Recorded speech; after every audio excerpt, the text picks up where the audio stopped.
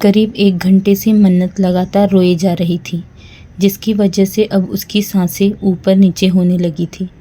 पर फिर भी उसके दिल का दर्द जरा सा भी हल्का नहीं हुआ था। तभी अचानक उसका फ़ोन रिंग करने लगा, जिस पर जन्नत का नाम फ्लैश हो रहा था। यह देख मन्नत फ़ौरन अपने आंसू पोंछती है और अपने आप को नॉर्मल कर फ़ोन पिक कर लेती है।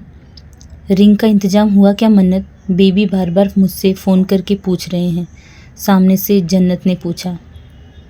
उसकी बात सुनते ही मन्नत की नज़र अपने सामने पड़े चेक पर चली गई, जो अभी थोड़ी देर पहले ही अभिमान ने उसके मुंह पर फेंका था। मन्नत अपनी आंखें बंद कर एक गहरी सांस लेती है और फिर कहती है, पैसों का इंतज़ाम हो गया है दी, रिंग तुम खुद जाकर ले लेना। इतना कहकर मन्नत फ़ोन कट कर देती है और खुद को संभाल उस चेक को उठाकर होटल से बाहर चली जाती है।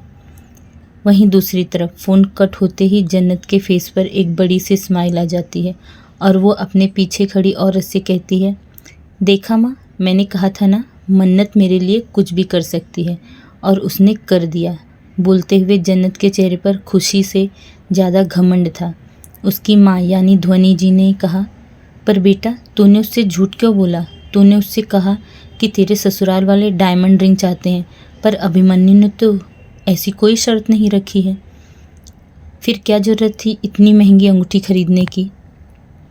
ओ कम ऑन माँ, मेरा रिश्ता कोई छोटे मोटे घर में नहीं बल्कि इंडिया के सबसे रिच और मशहूर फैमिली बजाज फैमिली के साथ हो रहा है।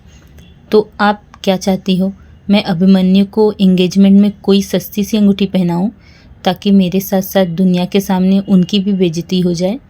जन्नत ने अपनी भवें उठाते हुए कहा। दी अचानक आई इस आवाज़ को सुन जन्नत की आंखें बड़ी हो गईं और वो फ़ौरन पीछे मुड़ी तो सामने मन्नत खड़ी थी। जन्नत को डर था कि कहीं उसने उसकी बात सुन तो नहीं ली। मन्नत, तू यहाँ, मतलब तूने कुछ सुना तो नहीं? जन्नत ने थोड़ा डरते हुए पूछा। पर मन्नत ने उसकी कोई बात का जवाब नहीं दिया और उसके पास आकर उसके हाथ में 3 करोड़ रुपए रख दिए। यह देख जन्नत के हाथ कांपने लगे, क्योंकि इतने सारे रुपए एक साथ उसने पहली बार देखे थे। मन्नत, रिंग सिर्फ 2.5 करोड़ की है, फिर इतने सारे पैसे? जन्नत ने पूछा। बाकी के पैसे तेरी शादी में काम आ जाएंगे। अब तो खुश है ना तू? मन्नत ने एक आस के साथ पूछा, पर जन्नत ने उसे गले लगाने के बजाय सिर्फ मुस्कुराकर आंखों से ही हाँ कह दिया और बेड पर बैठकर पैसों के साथ सेल्फी लेने लगी। ये देख मन्नत को तकलीफ़ हुई, क्योंकि उसने अपने सीने पर पत्थर रखकर उस चेक को उठाया था, वो भी सिर्फ इसलिए ताकि जन्नत को उसकी खुशी मिल सके। पर पैसे मिलते ही जन्नत ने उसे पूरी तरह से इग्नोर कर दिया। मन्नत अपने आंसुओं को पोंछ कमरे से बाहर जाने लगी कि तभी उसका भाई प्रियांक उसके सामने आ जाता है और अपने दोनों हाथ बांध पूछता है, इतने सारे पैसे इतनी जल्दी कहाँ से लाई? उसका सवाल सुन मन्नत ने फ़ौरन जवाब दिया, बैंक से लोन लिया है मैंने, थोड़े दिन में चुका दूंगी। यह बहाना मन्नत ने पहले ही सोच लिया था, क्योंकि उसे पता था कि घर में सब पैसों के बारे में पूछेंगे। ओह, वैसे तू कहीं डेट पर गई थी क्या?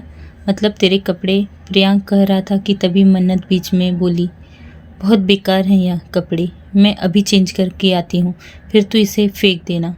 कहकर मन्नत वहाँ से जाने लगती है कि तभी जन्नत उसे रोक देती है। मन्नत, आज शाम को मेरे ससुराल वाले आने वाले हैं, क्योंकि अभिमन्यु मुझे अपने मामा से मिलवाना चाहता है। सो व्हाट, इसमें मैं क्या कर सकती हूँ? मन्नत ने पूछा। तुझे कुछ नहीं करना है, बस मैं चाहती हूँ कि तू उनके सामने मत आना, क्योंकि अभिमन्यु के जो मामा हैं वो भी काफ़ी रिच हैं और क्लासी हैं।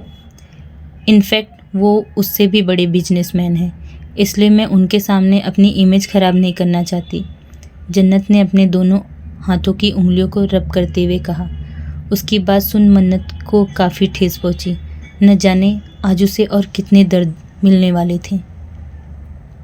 देख, तू बुरा मत मान, तू बस अपने आप को देख, दिन भर तू इस गंदी सी फुटबॉल के साथ खेलती रहती है, लड़कों वाले कपड़े पहनती है और ऊपर से तेरा जन्नत कह नहीं पा रही थी, इसलिए मन्नत उसकी बात को पूरी करती है।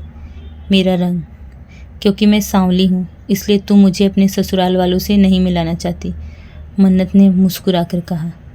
जन्नत, यह क्या हरकत है, ध्वनि जी ने गुस्से में कहा कि तभी मन्नत ने उन्हें अपना हाथ दिखाकर रोक दिया। कोई बात नहीं माँ, इसमें दी की गलती नहीं है, और अगर यह मुझे अपने ससुराल वालों से मिलाने में कंफर्टेबल नहीं है तो मैं बीच में आकर इनका काम नहीं बिगाड़ना चाहती। मैं मेरे रूम में जा रही हूँ, आप लोग उनके जाने के बाद मुझे बता दीजिएगा। इतना कहकर मन्नत रूम से चली गई अपने रूम में। वहीं दूसरी तरफ अभिमान कार ड्राइव कर रहा था कि तभी अचानक उसका फ़ोन रिंग हुआ तो उसने ब्लूटूथ क्लिक किया और आंसर किया। क्या हुआ दीदी? होना क्या है, तेरे लाड साहब अभी तक घर नहीं पहुँचे और बहुरानी के घर जाने का वक्त हो चला है। तू प्लीज़ किसी तरह से उसे ढूंढकर सीधा बहुरानी के घर पहुँच, हम लोग बस निकल ही रहे हैं। सामने से मिथिला जी यानी अभिमान की बड़ी बहन की आवाज़ आई। उम्र में अभिमान मिथिला जी से करीब 20 साल छोटा था, पर फिर भी उसने काफ़ी जल्दी परिवार की जिम्मेदारी संभाल ली थी और वो अपनी बड़ी बहन पर जान देता था। आज ही उनके बेटे अभिमन्यु बजाज को बिल्कुल अपने बेटों की तरह मानता था। आप चिंता मत कीजिए, मैं अभी को लेकर सीधा वहीं आता हूँ। इतना बोलकर अभिमान फ़ोन कट कर देता है और थोड़ी देर में उसकी कार एक क्लब के आगे जाकर रुकती है जहाँ पर अभिमन्यु पार्टी कर रहा था। पर अभिमान के अंदर कदम रखते ही सभी लोग साइड में हो जाते हैं और वहाँ का माहौल काफ़ी ठंडा हो जाता है। सबको यूँ अचानक रुकता देख अभिमन्यु पीछे देखता है तो उसकी नज़र अभिमान पर जाती है जो उसे ही घूर रहा था। एमएम, आप यहाँ क्या कर रहे हैं? मैं बस आ ही रहा था, बोलते हुए अभिमन्यु अपने बालों पर हाथ फेरता है। देखने में अभिमन्यु भी कुछ कम नहीं था। 6 फुट 2 इंच हाइट, कसा हुआ सीना जिस पर 6 पैक एब्स, घने सेट बाल। मामा हूँ मैं तेरा, पर इसका मतलब ये नहीं कि तू मुझे मामू बनाने की कोशिश कर रहा है। बहुत अच्छी तरह से जानता हूँ मैं तुझे। ऐन मौके पर रिश्ते से भागने की तेरी पुरानी आदत है, इसलिए खुद लेने आया हूँ, अभिमान ने आगे बढ़ते हुए कहा। ऐसी बात नहीं है मैम, इस बार इस लड़की को मैंने खुद पसंद किया है। प्यार करता हूँ मैं जन्नत से, तो इस बार ऐसा कुछ नहीं होगा, अभिमन्यु ने मुस्कुराकर कहा। ओह, तो तेरी वाली का नाम जन्नत है? तभी आजकल तू काफ़ी संतुष्ट दिखता है, रोज़ जन्नत के दीदार जो करता है, अभिमान ने तिरछा मुस्कुराते हुए कहा। अभिमन्यु और अभिमान की उम्र में 7 साल का फ़र्क था, इसलिए वो दोनों बिल्कुल दोस्त की तरह थे। एमएम स्टॉप इट, ये बिल्कुल फ़नी नहीं था, अभिमन्यु ने हंसते हुए कहा। अच्छा मेरा छोड़िए, आप अपना बताइए, मेरी मामी जी कब आएंगी? हाँ, अभिमन्यु ने पूछा तो अभिमान के आगे आज होटल में हुई वो किस याद आ गई। कैसे वो मन्नत के आगे बेकाबू हो गया था, कैसे मन्नत उसे गालियाँ दे रही थी पर अभिमान उसे चूमे जा रहा था। ये सब याद आते ही अभिमान के फेस पर न चाहते हुए भी एक स्माइल आ जाती है। आई एम ड्रीमिंग, मतलब मेरे एमएम स्माइल कर रहे हैं, इससे मैं आपकी हाँ समझूं? अभिमन्यु ने मुस्कुराते हुए कहा तो अभिमान की स्माइल गायब हो गई और उसने अभिमन्यु के सिर पर मारते हुए बोला, चल बे, पहले अपनी शादी कर, फिर ढूंढना मामी। अभिमन्यु भी बिना कुछ बोले हंसते हुए जाकर कार में बैठ जाता है। उसके जाते ही अभिमान किसी को कॉल करता है और सामने वाला शख्स कहता है, आपका शक सही था बॉस, वो लड़की एक मिडिल क्लास परिवार से है, उसका नाम मन्नत कोठारी है और उसने 1 घंटे के अंदर अंदर चेक से पैसे निकाल लिए हैं।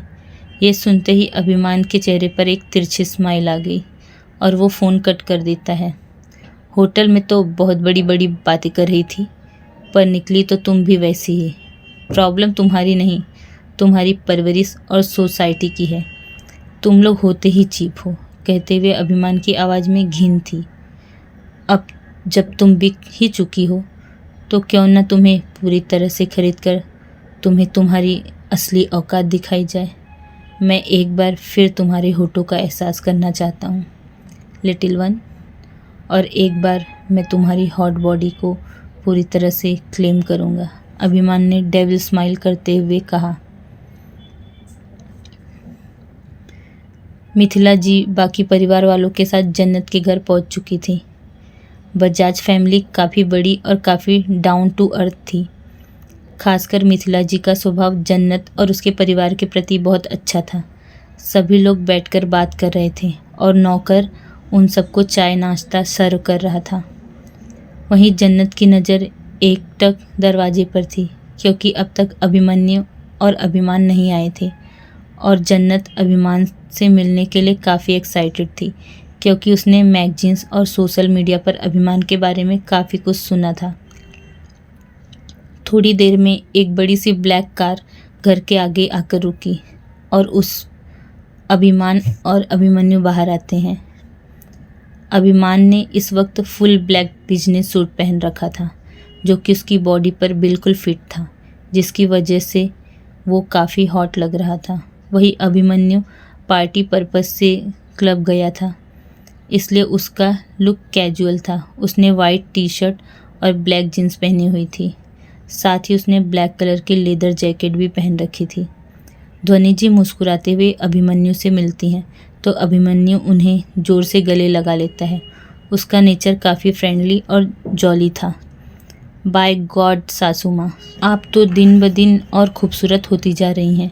कहीं ऐसा न हो शादी से पहले मेरा दिल आपकी बेटी को छोड़ आप पर आ जाए, अभिमन्यु ने मुस्कुराते हुए कहा। चुप कर शैतान, ध्वनि जी ने हंसते हुए कहा। और तभी उनकी नज़र अभिमन्यु के बगल में खड़े अभिमान पर गई, जो काफ़ी गौर से चारों तरफ मौजूद चीज़ों को नोटिस कर रहा था। वो समझ गया था कि जन्नत एक छोटे परिवार की लड़की है, पर मिथिला जी ने उसे इस बारे में कुछ नहीं बताया था, जिसकी वजह से अभिमान के फेस पर डार्क एक्सप्रेशन थे। मुझे पता है, अगर मैं ये सब तुझे पहले से बता देती तो तू कभी जन्नत से मिलने नहीं आता, इसलिए छुपाना पड़ा। मिथिला जी ने गुस्से से भरे अभिमान को देखते हुए मन में सोचा। ध्वनि जी उन दोनों की आरती करती हैं और अभिमान के सिर पर टीका लगाने लगती हैं कि तभी अभिमान उन्हें हाथ दिखाकर रोक देता है। वो एक्चुअली सासू माँ MM को चंदन से एलर्जी है। अगर वो इन्हें हल्का सा भी छू जाए तो उनकी बॉडी पूरी तरह से रेड हो जाती है, इसलिए प्लीज़ आप इसे रहने दीजिए, अभिमन्यु ने कहा। तो ध्वनि जी ने अपना सिर हिला दिया और फिर उन दोनों को अंदर आने का इशारा किया। अभिमन्यु जन्नत को देखते हुए अपनी एक आंख बंद कर उसे आंख मारता है तो जन्नत की नज़रें शर्म से झुक जाती हैं। MM सी हर, ये है मेरी जन्नत, है ना जन्नत सी खूबसूरत, अभिमन्यु ने मुस्कुराते हुए कहा। तो अभिमान की नज़रें जन्नत पर चली गई। उसे देखते ही अभिमान के आगे मन्नत का चेहरा घूम गया, क्योंकि जन्नत और मन्नत की शक्ल बिल्कुल एक जैसी थी। जाहिर तौर पर दोनों जुड़वा बहनें थीं, तो यह चीज़ नॉर्मल थी, पर उसे यह समझने में एक पल नहीं लगा कि सामने बैठी लड़की वो होटल वाली लड़की नहीं है, क्योंकि उन दोनों के चेहरे भले ही मिलते हो, पर काफ़ी चीज़ उन दोनों में डिफरेंट थी। जैसे कि उनके बाल, मन्नत के बाल जहाँ कमर तक थे तो जन्नत के बाल सिर्फ कंधे तक थे। जहाँ जन्नत का रंग दूध सा सफ़ेद था तो वहीं मन्नत की त्वचा सांवली थी। साथ ही उन दोनों की आँखों का कलर भी अलग था। मन्नत की आंखें भूरी थीं तो जन्नत की आंखें काली थीं। और सबसे मेन बात जो अभिमान ने नोटिस करी थी, मन्नत के होठों का तिल जो किस करते हुए अभिमान ने नोटिस किया था। अब सभी लोग आपस में खुशी खुशी बात कर रहे थे, क्योंकि कुछ ही दिनों में होली थी, जिसका फंक्शन बजाज हाउस में होने वाला था। इसी से रिलेटेड मिथिला जी कुछ डिस्कस कर रही थी कि तभी अचानक अभिमान ने एक सवाल किया, क्या आपके सिर्फ 2 ही बच्चे हैं, मतलब जन्नत और प्रियांक? उसका यह सवाल सुनते ही कोठारी फैमिली के हर मेंबर के चेहरे का रंग उड़ गया। यह देख अभिमान एक पल में समझ गया कि ज़रूर कुछ गड़बड़ है। जी हाँ, मैं मेरे मम्मी पापा की इकलौती बेटी हूँ और प्रियांक इकलौता बेटा, जन्नत ने काफ़ी सफाई से झूठ बोल दिया। उसकी बात सुन अभिमान के फेस पर एक डेविल स्माइल आ गई। शक तो उसे पहले से था, पर अब उसे पूरा यकीन हो गया था। सेम फेस के दो लोग, साथ ही सरनेम भी सेम। हो ना हो इन दोनों लड़कियों का कोई क्लोज कनेक्शन है, पर इसे छुपाने की सज़ा तो आपको मिलेगी। बोलते हुए अभिमान के फेस पर डार्क एक्सप्रेशन आ जाते हैं। वहीं दूसरी तरफ मन्नत पेट के बल बेड पर लेटी हुई थी। उसकी आंखों से अभी भी आंसू निकल रहे थे। रो रो कर उसकी आंखें सूज चुकी थी। अभिमान की फोर्स किस की वजह से उसके होंठ भी अभी तक सूजे हुए थे। कुल मिलाकर उसकी हालत बिल्कुल सही नहीं थी। उसने मोहक द्वारा दी गई ड्रेस को कैंची से छोटे छोटे टुकड़ों में बांट दिया और डस्टबिन में फेंक दिया। इस वक्त वो अपने शरीर पर सिर्फ एक सफ़ेद रंग की चादर लपेटे हुए थे और बार बार उसकी आंखों के सामने मोहक और जैना की वो किस आ रही थी, जिसे याद करते ही बार बार उसका दिल 1000 टुकड़ों में टूट रहा था। तभी अचानक उसका फ़ोन बजा और फ़ोन की तरफ देखते ही जन्नत की आंखों में गुस्सा उभर आया और वो फ़ौरन एक टी-शर्ट पहन लेती है जो सिर्फ उसकी थाई तक आ रही थी। उसे पहनते ही मन्नत बिना सोचे समझे कमरे से बाहर निकल जाती है और नीचे की तरफ जाने लगती है। उसे सीढ़ियों से नीचे आता देख जन्नत की आंखें बड़ी हो जाती हैं, तो वही अभिमान की नज़रें भी मन्नत की तरफ चली जाती हैं। उसे एक ही दिन में 2 बार देख अभिमान का दिल धड़क उठता है और बाकी सब लोग भी हैरान होकर सोफे से खड़े हो जाते हैं। पर मन्नत उन सबको पूरी तरह से इग्नोर कर सीधा जाकर एक लड़के के मुंह पर पंच मारती है। यह कोई अनजान लड़का था जो अभी अभी घर में घुसा था। उस लड़के का चेहरा दिखाई नहीं पड़ रहा था क्योंकि उसके फेस पर एक अजीब सा मास्क था।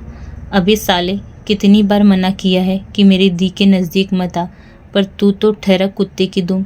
तुझे जब तक 4 लाते पड़ न जाए तब तक तुझे कुछ समझ में नहीं आता। लेकिन इस बार तेरा पाला काफ़ी टेढ़ी खीर से पड़ा है, बोलकर मन्नत उस लड़के के पेट पर लात मारती है। अभिमान एकटक उसकी हर हरकत नोटिस कर रहा था, पर एक चीज़ थी जो उसे चुभ रही थी। मन्नत की कपड़े टी-शर्ट पहनने की वजह से उसके पाँव विजिबल थे, जो सब देख पा रहे थे। इस तरह सबके सामने नहीं आना चाहिए था लिटिल वन। अब पनिशमेंट में जब तुम रोते हुए मुझे खुद को छुड़ाने की भीख मांगोगी, तब मैं तुम्हें समझाऊंगा कि लड़कियों को कैसे रहना चाहिए। अभिमान ने मन्नत को घूरते हुए अपने मन में सोचा। मन्नत, यह क्या हरकत है? कौन है ये और क्यों मार रही हो तुम उसे? मम्मा, इसे कुछ कहती क्यों नहीं? जन्नत ने गुस्से में कहा। इसलिए नहीं कह रही हूँ क्योंकि मन्नत बिना किसी वजह से कभी कोई काम नहीं करती। इस लड़के ने ज़रूर ऐसा कुछ किया होगा जिसकी वजह से मन्नत गुस्से में है। धोनी जी ने बिना एक भी पल गवाए मन्नत पर भरोसा दिखाते हुए कहा। वही मन्नत खींचते हुए उस लड़के को घर से बाहर ले गई और बाहर खड़ी पुलिस के हाथ में दे दिया। इंस्पेक्टर, यह लड़का कई दिनों से मेरी दी को ब्लैकमेल करने की कोशिश कर रहा है क्योंकि ये उन्हें पसंद करता है और मेरी दी कहीं और शादी कर रही है, जिसकी वजह से इसे जेलसी हो रही है, मन्नत ने गुस्से में कहा। आप चिंता मत कीजिए मिस कोठारी, हम इसे कड़ी से कड़ी सजा देंगे। इतना बोलकर पुलिस उस लड़के को अपने साथ ले जाती है। यह लड़का कॉलेज में जन्नत को काफ़ी परेशान करता था और साथ ही उसने नशे में जन्नत के साथ कुछ फ़ोटोज़ क्लिक कर ली थी, जिसकी वजह से वो रोज़ जन्नत को ब्लैकमेल करता था और आज भी वो जन्नत के ससुराल वालों के सामने उसकी इमेज ख़राब करने को मकसद से आया हुआ था। उससे पहले ही सीमाइका ने मन्नत को बता दिया और उसने यहाँ आकर सारी बात संभाल ली थी, वरना शायद आज जन्नत का रिश्ता टूट जाता। मन्नत धीरे धीरे चलते हुए अंदर आती है। इस वक्त सभी की नज़रें उस पर टिकी हुई थी। वहीं मन्नत चुपचाप जाकर ध्वनि जी के पीछे छुप जाती है। अभी थोड़ी देर पहले उसका राउडी अंदाज और अब सहमी हुई एक छोटी सी बच्ची जैसी मासूमियत देख अभिमान के फेस पर एक स्माइल आ जाती है, पर मन्नत ने अभी तक अभिमान को नोटिस नहीं किया था। क्या आप लोग बताएंगे यह सब क्या है? आप लोगों ने मन्नत का सच हमसे क्यों छिपाया? मिथिला जी ने सर्द आवाज़ में पूछा। एक्चुअली आंटी, ये सारी गलती मेरी है। मैंने ही मन्नत को सबके सामने आने से मना किया था, इसलिए क्योंकि इससे पहले जन्नत अपनी बात पूरी करती। मन्नत ने बीच में कहा, क्योंकि मैंने ही उन्हें मना किया था। यह सुन सभी लोग उसकी तरफ देखने लगे। वही जन्नत एक राहत की सांस लेती है। एक्चुअली मैं एक इंट्रोवर्ट पर्सन हूँ, इसलिए मुझे लोगों से मिलना जुलना पसंद नहीं है। बस इसलिए मैंने दी को मना किया था मेरे बारे में आप सबसे कुछ भी बताने के लिए। मन्नत ने कहा। सभी मिथिला जी उसे अपने पास आने का इशारा करती हैं। यह देख मन्नत ध्वनि जी की तरफ देखती है तो ध्वनि जी उसे जाने का इशारा करती हैं और मन्नत धीमे कदमों से मिथिला जी के पास आ जाती है। मिथिला जी कुछ पल उसे देखती हैं और फिर उसके गाल पर हाथ रख अपने चेहरे को बिल्कुल सॉफ्ट करते हुए प्यारी सी आवाज़ में, हमसे मिलने में कैसा डर बेटा, हम लोग आपकी बहन को सिर्फ रिश्ता करके लेकर जा रहे हैं, कोई किडनैप करके थोड़ी ले जा रहे हैं। उनकी बात सुन सभी लोगों के फेस पर एक स्माइल आ गई और मन्नत का डर भी थोड़ा कम हो गया, क्योंकि उसे लगा था कि मिथिला जी काफ़ी स्ट्रिक्ट पर्सन होंगी, पर निकला तो बिल्कुल उससे उल्टा। और फिर तुम तो अभिमन्यु की शाली हो, तुम्हारा तो सबसे ज़्यादा हक बनता है इस शादी पर। उनकी बात सुन मन्नत के फेस पर एक प्यारी सी स्माइल आ गई। वो खुद भी पूरे मन से इस शादी में शामिल होना चाहती थी, पर जन्नत के सिर्फ एक बार कहने से उसने अपने सारे अरमानों को पीछे छोड़ उसकी बात मान ली थी। पर शायद भगवान भी जन्नत के उस फैसले से खुश नहीं थे, इसलिए तो मन्नत ने चाहते हुए भी आज बजाज फैमिली के आगे खड़ी थी। आओ हमारे साथ बैठो, बोलते हुए मिथिला की मन्नत को अपने साथ बिठा लेती है। सभी लोग मन्नत से बात करने लगते हैं। वही अभिमन्यु भी काफ़ी एक्साइटेड होकर मन्नत से बात कर रहा था, क्योंकि यह उन दोनों का फर्स्ट मीट थी। वहीं अचानक से सारी अटेंशन मन्नत को मिलती देख जन्नत की मुट्ठियाँ कस जाती हैं। अब तक मन्नत की नज़रें अभिमान पर नहीं गई थी, वो तो बाकी सबसे बात करने में बिजी थी। और बीते पलों में ऐसा एक भी लम्हा नहीं आया था जब अभिमान की नज़रें मन्नत से हल्की सी भी हटी हो। अचानक ही ध्वनि जी ने कहा, अरे बेटा, आपके गालों पर यह लाल निशान कैसा? ध्वनि जी ने अभिमान के गाल को देखते हुए कहा। यह मन्नत के चाटे का निशान था जो अब तक अभिमान के गाल पर था। हालांकि अभिमान को दर्द नहीं हो रहा था, पर निशान अब तक मौजूद था। वहीं अब ध्वनि जी की बात सुनने के बाद मन्नत अभिमान की तरफ देखती है और उसे देखते ही मन्नत की आंखें बाहर आने को होती है। उसे यकीन नहीं हो रहा था कि होटल में जिस कमीने से वो मिली थी वो यहाँ इस वक्त उसके घर में मौजूद था। नथिंग आंटी, एक्चुअली मुझे काफ़ी चीज़ों से एलर्जी है, हो सकता है कुछ रिएक्ट कर गया हो, नॉट अ बिग डील। बोलते हुए अभिमान मन्नत को देखता है तो मन्नत भी उसे घूर कर देखती है। ये तो बड़ी खतरनाक एलर्जी लगती है, पूरा गाल लाल करके रख दिया है। ध्वनि जी ने कहा, यस आंटी, बहुत खतरनाक है, पर मुझसे ज़्यादा नहीं, अभिमान ने डेविल स्माइल करते हुए कहा। मन्नत, तू अभिमान जी को अपने कमरे में लेकर जा, इन्हें दवाई लगा दे, ध्वनि जी ने कहा तो मन्नत खुन्नस में अभिमान को घूरती है जो इस वक्त मुस्कुरा रहा था।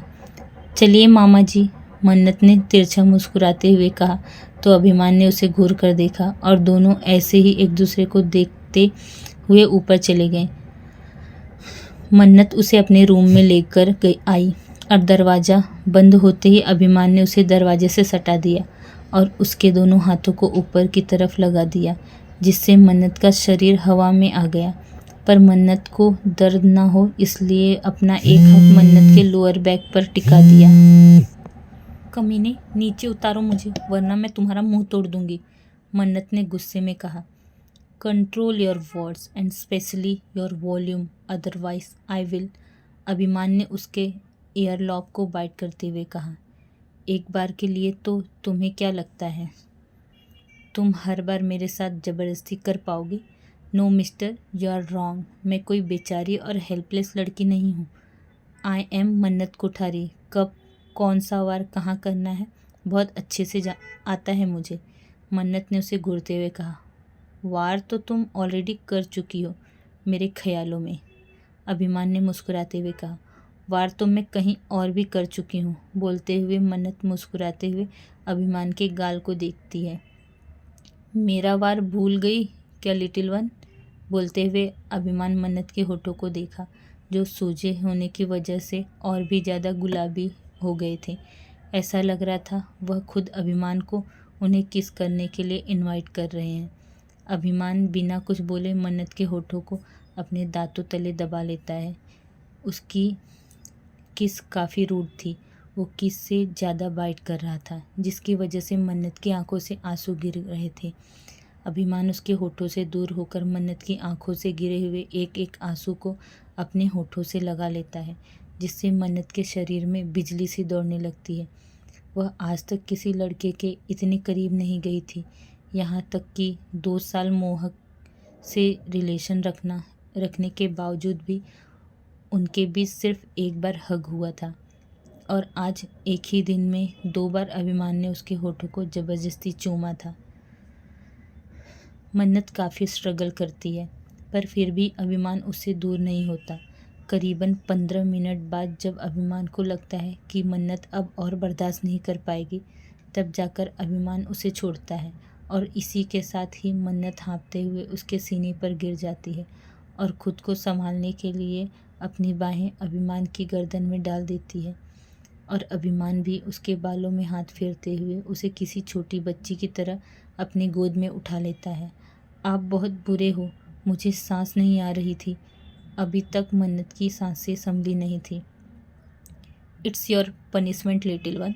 तुम्हारी हिम्मत कैसी हुई इस तरह के छोटे कपड़े में सबके सामने आने की। बोलते हुए अभिमान उसके बालों को कसकर पकड़ लेता है। यह पहली बार था जब मन्नत को अभिमान से डर लग रहा था। मेरे अलावा तुम अपनी इस खूबसूरत बॉडी को किसी को नहीं दिखा सकती, समझी? You are only and only mine, Abhiman ने डोमिनेटिंग टोन में कहा। उसकी बात सुन जैसे हिप्नोटाइज हो गई थी मन्नत, और अपना सिर हाँ में हिला दिया। That is for today guys. आज बड़ा चैप्टर दिया है, so show some love. Please comments कीजिए, लाइक कीजिए और सब्सक्राइब भी कर दीजिए जो नए हैं मेरे चैनल पे। Thank you very much.